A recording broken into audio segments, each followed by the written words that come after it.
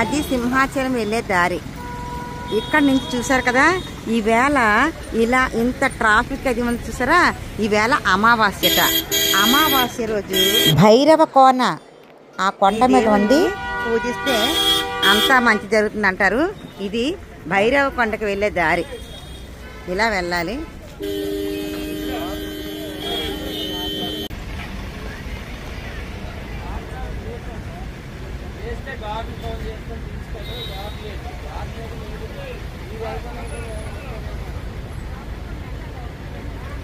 కాలభైరవ ఆలయానికి వెళ్ళే దారి. ఇలా భక్తులంతా కూడా వెళ్తున్నారు. ఈవేళ అమావాస్య కావడం వల్ల జనాలు ఎక్కువగా వస్తారట. ఇగో ఇలా వెళ్తున్నారు అందరూ. నా వీడియోస్ మీకు నచ్చితే లైక్ చేయండి, షేర్ చేయండి, సబ్స్క్రైబ్ చేసుకోండి.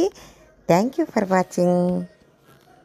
భైరవ కోనలో ఉన్న భగవంతుడు ఇగో ఈయనే భైరవుడు. భైరవ అనే పేరుతో ఇతన్ని పూజిస్తూ ఉంటారు. శివుని ముందు ఉంటాడు ఇతను.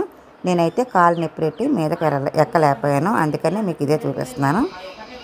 మీరైతే ఆ కొండ ఎక్కగలిగితే మీరు ఎక్కండి. నేనైతే ఎక్కలేకపోయాను.